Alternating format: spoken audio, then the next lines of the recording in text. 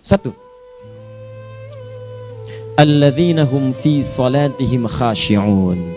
Syarat pertama, kalau ingin mendapatkan surga Firdaus tadi dan kebahagiaannya diturunkan ke bumi, dibawa sampai mati, masuk ke alam kubur lebih bahagia lagi, maka amalan pertama untuk melatih menguatkan iman itu, coba berlatih untuk menunaikan sholat dengan khusyuk.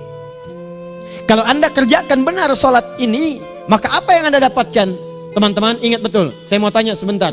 Keabadian yang abadi disebut dengan sa'id. Kalau kita ingin turunkan ke dunia percikannya kita dapatkan, usahanya disebut dengan apa? Masih ingat? Aflah itu kalau didapatkan, kata dasarnya apa tadi? Falahun. Lihat baik-baik. Kata Allah dalam Al-Quran tadi, kalau ingin mendapatkan falahun, amalan pertama sholat. Makanya ketika dipanggil sholat, kalimat falah dilekatkan pada panggilan sholat. 5 kali diingatkan. Begitu muadzin kemudian azan memanggil Anda, hayya 'alas shalah. Anda bertanya, ya Allah kenapa kami mesti sholat? Dijawab, hayya 'alal falah. Yuk, pagi ayo. Yang sejati datang sini. Belum dapat sujud, belum dapat ruku, saya berikan. Makanya ketika orang sholatnya benar, dia akan mendapatkan 5 keutamaan. Saat di dunia nih, belum ke akhirat, 5 keutamaan yang tidak diberikan pada orang yang tidak sholat. Atau orang sholat tapi sholatnya nggak khusyuk. Sebab syarat mendapatkannya khusyuk. Alladzina hum fi sholatihim khasyi'un. Bukan alladzina hum fi sholatihim saja, tapi ada kalimat khasyi'un. Artinya yang tidak khusyuk saja nggak akan dapat, apalagi yang nggak sholat. Apa yang 5 ini? Lihat baik-baik. 1, orang yang sholatnya benar, pertama kali sebelum mendapatkan kebahagiaan hakiki dari Allah Subhanahu wa Ta'ala, akan dirubah dulu perilaku hidupnya menjadi perilaku yang lebih baik. Kalau orang itu sholatnya benar, maka sholat itu akan melatih dia untuk berubah, bertransformasi jadi orang baik. Itu ada di Quran surah ke-29 ayat ke-45. Innas sholata tanha 'anil fahsya'i wal munkar. Sumber keburukan cuma 2, kalau bukan fahsya itu munkar. Maaf, pornografi, porno aksi, LGBT, kata-kata jorok, kotor itu fahsya. Di orang sholat kata Allah mustahil berkata-kata kotor. Orang sholat tidak akan pernah mencela. Orang sholat tidak punya kata-kata jorok. Jadi kalau ada sekarang orang yang sholat senang mencela orang lain, itu berarti ada masalah dalam sholatnya. Dan dia belum dijamin sebagai ahli surga terbaik. Dan hidupnya nggak bahagia. Nggak bahagia. Aneh nih. Sholat tapi senang celah orang. Aneh. Aneh. Yang paling bahaya adalah menikmati celahannya. Itu yang paling aneh. Anda ngaji. Anda ikut taklim. Taklimnya sesuai Quran, taklimnya petunjuk sunnah. Anda sholat, Anda puasa, tapi Anda masih senang mencela orang lain dan menikmati celahan itu. Kalau nggak mencela, kayaknya nggak komplit kehidupan. Maka ada yang salah dengan ibadah Anda. Ada yang keliru. Karena mustahil taat bertemu dengan maksiat, itu mustahil. Mungkar, keburukan yang diingkari oleh hati, sumbernya nafsu perut dengan akal. Bohong, mencuri, menipu, membunuh, merampok, membegal, mabuk dan sebagainya. Itu namanya mungkar. Orang sholat gak mungkin mengerjakan mungkar. Jadi kalau sholat kita benar, cukuplah Anda sholat, maka Anda akan jadi orang baik. Makanya kata Nabi, Anda punya anak dari kecil ajarin sholat. Sholat, kalau naik jadi balik, kerjakan terus. Kasih pelajaran membuat dia mengerti. Kalau masih susah, berikan pelajaran. Ini sering diterjemahkan dengan memukul. Mukul di Arab beda dengan konteks mukul sekarang. Mukul di Arab tuh ngasih pelajaran supaya ngerti. Anda bisa terjemahkan dengan konteks lain. Uang jajannya tahan, yang kesukaannya simpan dulu. Bisa dengan konteks kekinian, tapi poinnya, kenapa anak Anda dari kecil ajarin sholat, sampai kenalkan dengan masjid, ajari 3 tahun bawa ke masjid, kenalkan dengan masjid, gak ada masalah lari-lari itu sebelum waktu sholat. Kenalkan dulu. Dulu orang-orang tuh begitu, sebelum waktunya dikenalkan, jalan, begitu lari, biarin dulu. Setelah itu diberi pengertian, nah ini bukan tempat berlari, yang berlari di sana nanti, yang di sini nanti akan ada orang-orang baik semuanya. Terus Anda lihat berbaris, baris rapi. Kalau pengen baik ikutan baris nanti. Terus nanti ada yang mimpin di depan, namanya imam. Imam itu siapa ya? Tetangga kita bukan yang Pak Imam, bukan. Bukan. Kalau tetangga kita namanya Imam S. Arifin. Kalau yang ini imam sholat namanya. Imam sholat itu nanti akan pimpin menyembah Allah. Allah siapa ya? Allah itulah yang memberikan ayah rizki. Allah itu yang memberikan ayah rizki sehingga bisa beli tobot buat kakak, beli robokar poli, ini yang poli, ini yang embers, ini yang heli, ini dulu kakak semuanya tuh yang kasih Allah. Nanti kalau kakak bagus bisa ikut rapi di sini, Allah akan senang, akan ditambah lagi oleh Allah. Oh begitu ya, datang begitu caranya. Ini bukannya waktu sholat belum dikenalin tadi bawanya main-main di masjid. Bahkan ada yang agak repot lagi, di rumahnya susah diatur, dibilang, kamu ini susah diatur, main sana ke masjid, disuruh main, ya main di masjid. Yang salah bukan anaknya, orang tuanya. Apa rahasianya anak itu disuruh ke masjid, suruh sholat? Rahasianya, begitu anak itu sholat dengan baik, maka dia akan tumbuh jadi anak baik di kemudian hari. Itu maksudnya.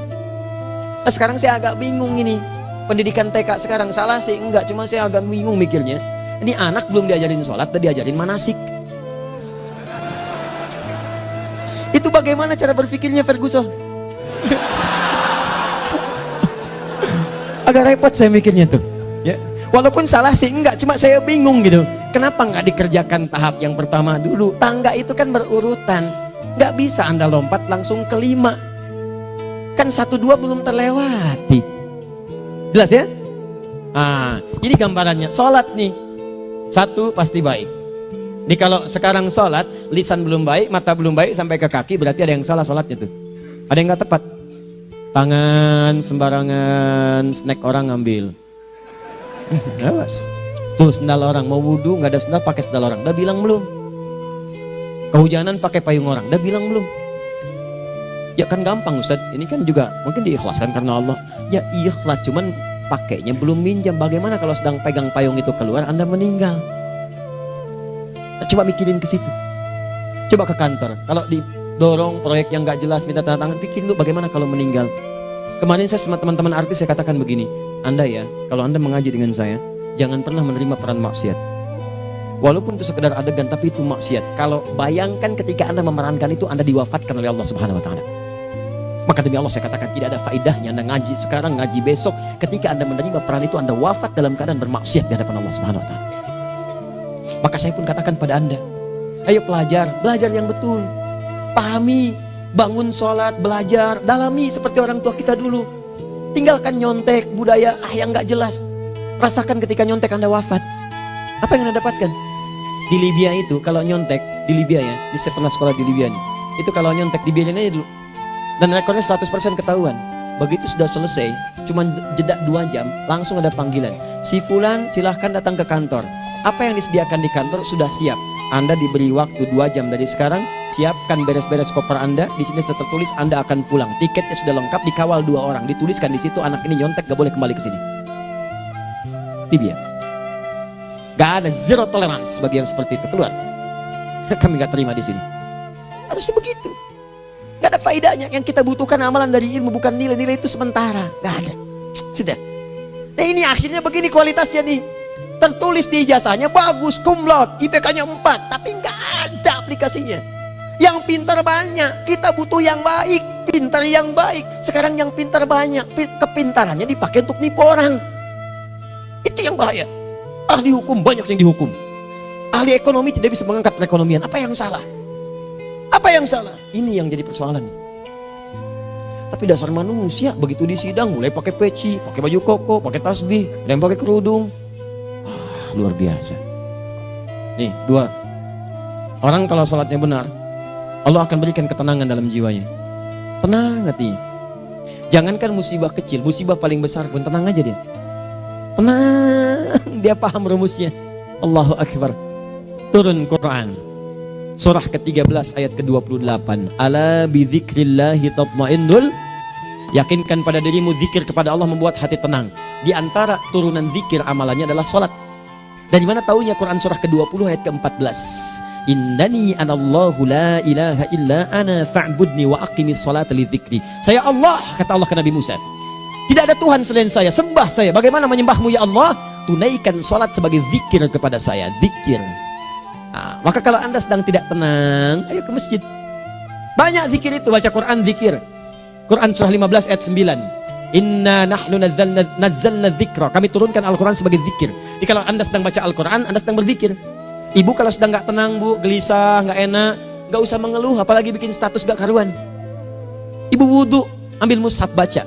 Begitu sedang baca ada ketenangan dalam jiwa. Berdoa, zikir.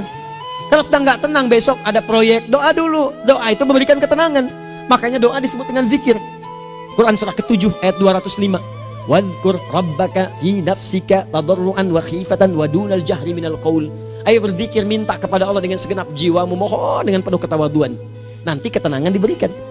Menghafal Quran, baca itu zikir. Quran surah ke-54 ayat 17, 22, 32, 40. Walaqad yassarnal Qur'ana lidzikri fahal mim mudzakir. Menyebut nama Allah, Al-Asmaul Husna itu zikir. Sedang ada persoalan, ya Allah, ya Allah, ya Allah, ya Rahman, ya Rahim, ya Malik, ya Qudus, ya Allah, ya Allah, ya Allah, ya Allah. Zikir.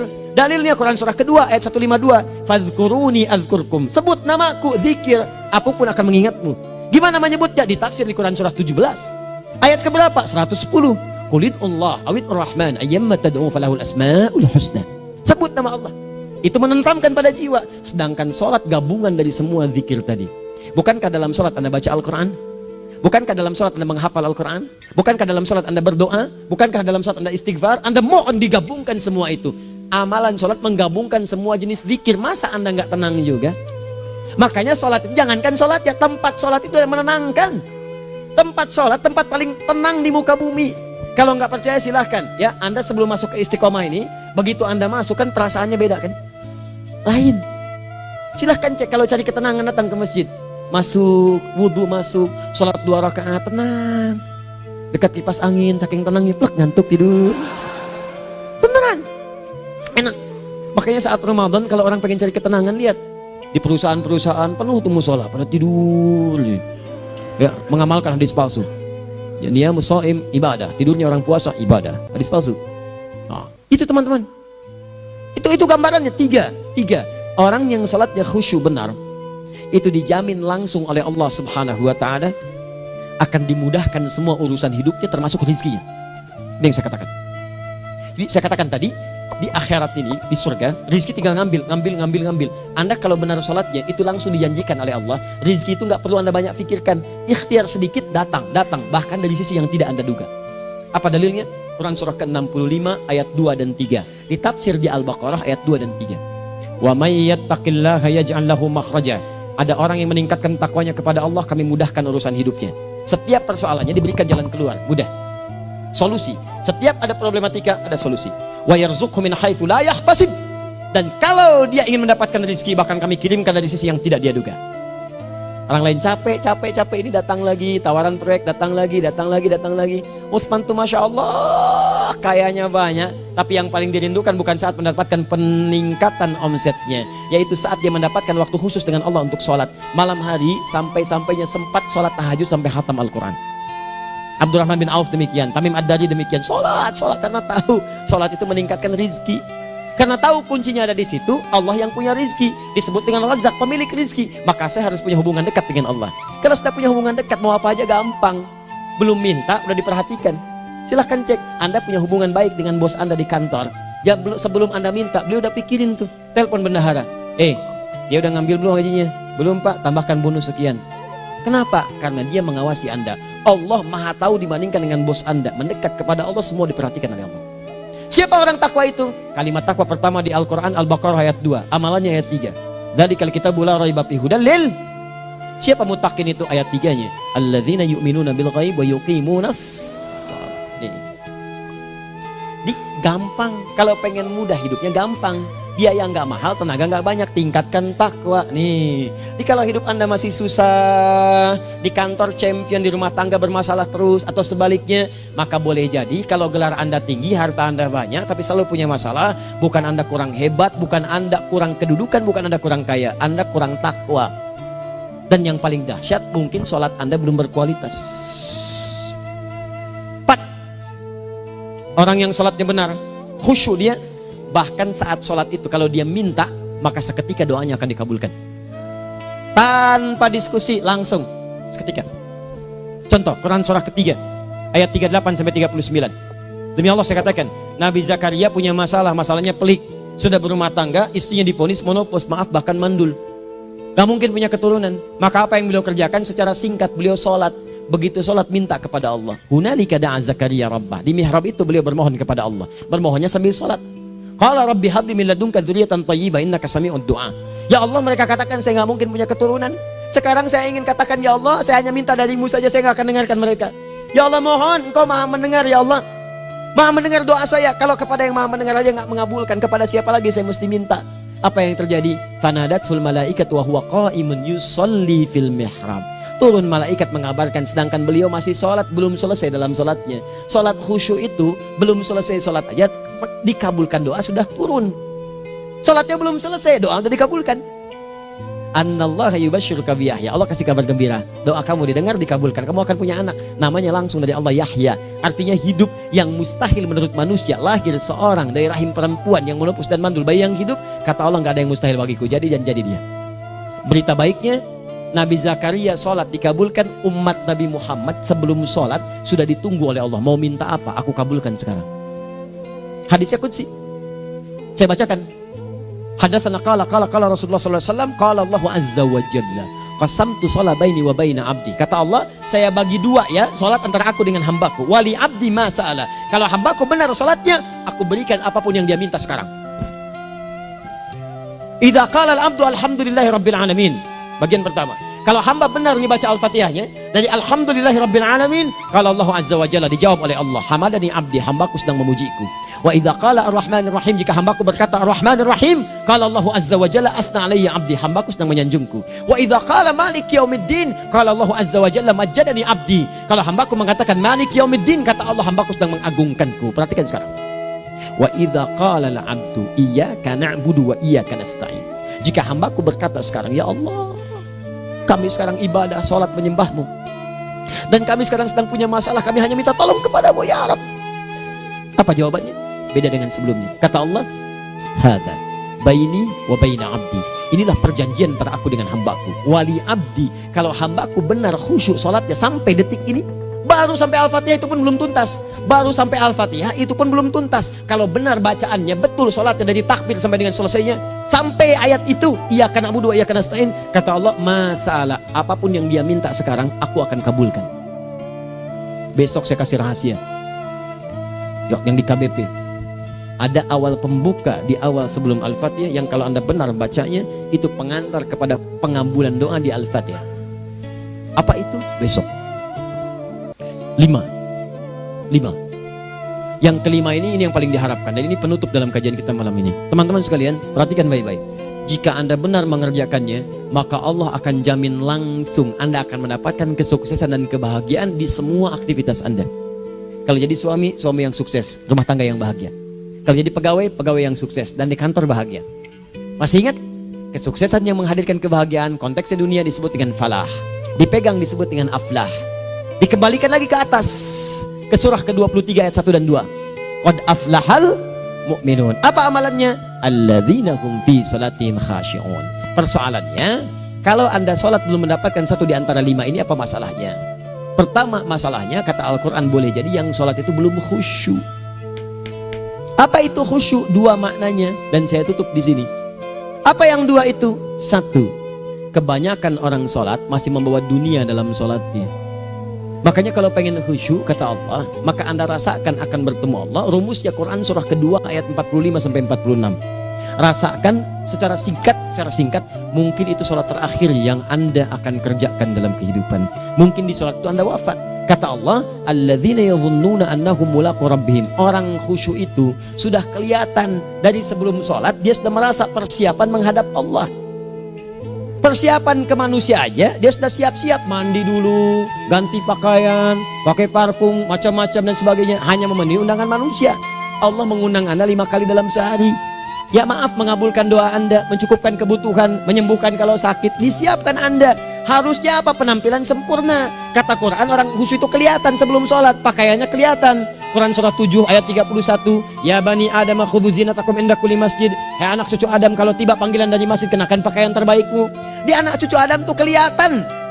Kalau orang khusyuk, begitu azan kelihatan pakaiannya lain, pakaiannya indah. Khudhu zinatakum, kenakan pakaian terbaikmu. Dipakai, bertemu Allah, bertemu manusia aja pakaian bagus-bagus.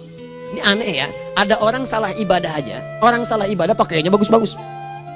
Lihat nih hari-hari tertentu, besok tuh orang mau ke tempat masing-masing tuh, ada yang pakai jas, pakai dasi, pakai batik, pakai kebaya, anaknya dibawa, dikuncir 2, bawa manisan macam-macam. Mau salah ibadah aja tampilan bagus. Masa antum yang benar ibadahnya nggak bagus? Bedakan pakaian futsal, pakaian sholat ganti dengan yang sholat. Ini gimana pakaian sholat pakai pakaian futsal? Depannya gambar Messi, belakang Ronaldo. Repot. Malaikatnya juga bilang, kamu salah baju, harusnya Luka Modric.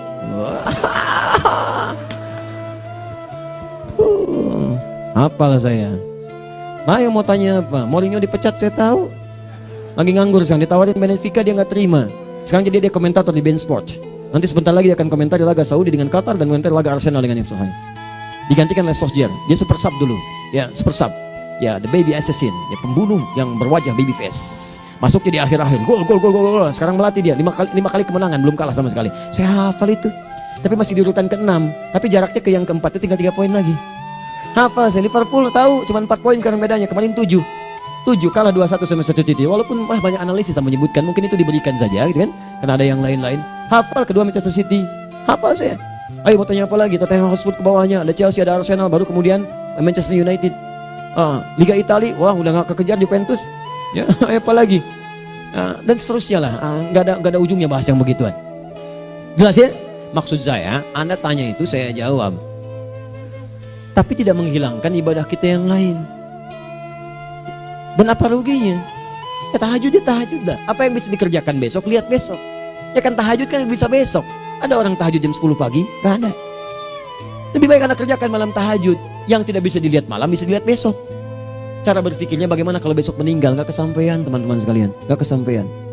Nah maka dari itu, Anda kalau mau ada panggilan sholat, siap-siap baju yang bagus, itu sempurnakan. Anda panggilan orang mandi, panggilan Allah, buka Quran surah 5 ayat 6, sempurnakan wudu. Ya ayyuhalladzina amanu idza qumtum ila shalah faghsilu wujuhakum, wudu yang baik, berpakaian yang rapi. Kenapa? Karena boleh jadi saat dipanggil Anda wafat saat itu. Maka wafat Anda dalam keadaan yang suci, dengan keadaan tobat, dengan pakaian terindah pada saat itu. Yang kedua, maaf, orang-orang kurang khusyuk itu saya tutup. Yang kedua itu karena kebanyakan orang sholat tidak paham, tidak mengerti apa yang dibaca dan dilakukan dalam sholatnya. Jujur pada diri sendiri, jawab pada diri Anda. Sampai sekarang Anda sholat, berapa persen bacaan sholat yang Anda pahami? Jangan-jangan selama ini Anda sholat ribuan kali sujud, ribuan kali ruku, gak ada yang paham yang dibaca. Sekian persen yang paham, bagaimana sholat Anda bisa khusyuk? Pekerjaan Anda dipahami, urusan akhirat Anda gak dipahami. Di mana cara berpikirnya? Aku yang bagaimana atau engkau yang harus bagaimana? Ya, coba berubah. Nah ini baru satu amalan, belum yang lainnya. Ada 5 amalan lagi yang kalau kita bisa turunkan itu, selain sholat yang khusyuk, maka jaminan tadi akan datang. Baru sholat khusyuk aja 5 datang, apalagi ditambah dengan 5 amalan lainnya lagi. Demi Allah saya katakan, dunia kecil sekali, gak ada nilainya. Akhirat aja enak, nikmat. Saya ketemu Ustaz Arifin beberapa waktu lalu, dan kita doakan semoga Allah berikan kesembuhan, kesehatan. Saya datang, biasa kita ada berdoa, duduk. Bang istirahat, bang butuh istirahat, umat udah nunggu. Dah gak usah mikir yang lain, karena beliau cerita masjid, cerita zikro, cerita mana. Ya insya Allah. Nitipin ini, nitipin itu dan seterusnya. Dan yang paling indah adalah, bang kita saling panggil weekend. Nikmat, gak ada yang senikmat ini. Zikir, Allah, doa. Nah bayangkan sakit tapi masih nikmat gitu. Nikmat. Iya bang, saya paham. Istirahat dulu. Banyakkan nanti orang jengkuk. Saya pamit dulu ya, supaya bisa istirahat, supaya tenang. Lama kita pegangan tangan, ngobrol, saling mendoakan. Itu nikmat. Dan cara berpikirnya kalau sudah pakai iman, semua nikmat.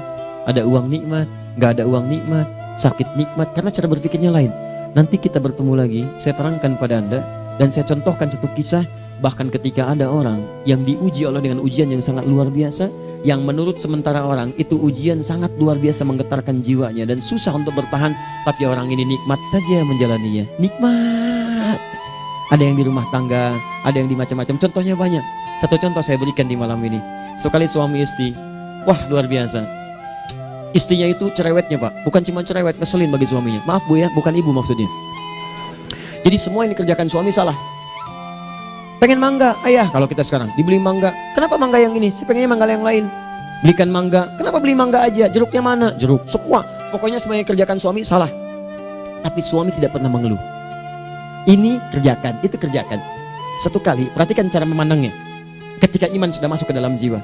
Kata temannya, akhi, istri kamu ini begini, nyusahin kamu. Kenapa kamu gak cari yang lain? Kan gampang ada syariat. Udah pisahin aja, cari yang lain. Kamu tenang ibadah. Apa jawabannya? Hey, Allah sudah turunkan surga ke saya lewat dia. Kenapa kamu meminta saya untuk menjauhinya dan meninggalkan surga saya? Di cara melihat dia, bukankah ketika ada berbagai keluhan saya sabar?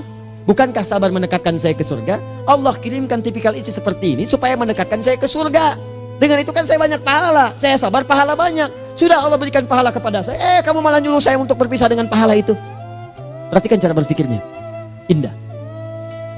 Kalau rumah tangga seperti ini semuanya enak. Suaminya biasa-biasa, istrinya cantik, luar biasa. Begitu berdandan kelihatan, kata suaminya, Masya Allah, wajahnya tak berpaling, mata tak berkedip. Kata istrinya, ya zauji madzabik, sayang kamu kenapa? Wallahi syakiran lillah bihadari, demi Allah aku bersyukur mendapatkan istri secantik kamu. Kata istrinya, nahnu fil jannah zauji, kita berdua di surga. Kata suaminya, kok bisa begitu jawabanmu? Iya, kamu bersyukur dengan keadaanku, aku bersabar dengan keadaanmu. Catat. Bukankah orang syukur dan sabar di surga? Tuh lihat, canda-canda orang-orang soleh itu begitu. Nikmat ketawa walaupun nyelekit di hati. Cuman bawaannya enak gitu. Nah, nanti itu ada tuh, nanti saya turunin tuh. Yang di rumah tangga, yang ini, yang itu nanti. Kapan? Pertemuan berikutnya. Ya, jadi kita cukupkan dulu di malam ini apa yang kita pelajari, supaya nanti gak terlampau banyak kita dapat materi. Cuma sayang sedikit mengamalkan. Saya sudah tuangkan di sini. Banyak saya tuliskan, termasuk di keluarga, di macam-macam. Ini saya tulis, tapi silahkan Anda baca. Kalau ada manfaat silahkan dapatkan. Kalau ada yang kurang silahkan sampaikan untuk dikoreksi. Semoga Allah muliakan kita semua insya Allah. Sekali lagi, perbaiki hidup. Jangan banyak mainnya.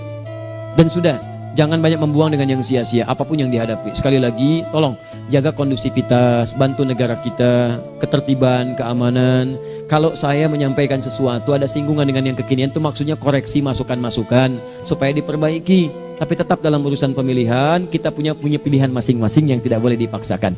Jelas ya? Baik, jadi ya saya sampaikan sekali lagi. Pertama, pilih mana? Anda dipaksa harus ikut, atau yang kedua, kita bebas memilih sesuai. Dah. Sudah ya. Jadi kita akhiri, subhanakallahumma bihamdika asyhadu an la ilaha illa anta astaghfiruka wa atubu ilaik. Wa akhiru da'wan alhamdulillahirabbil alamin.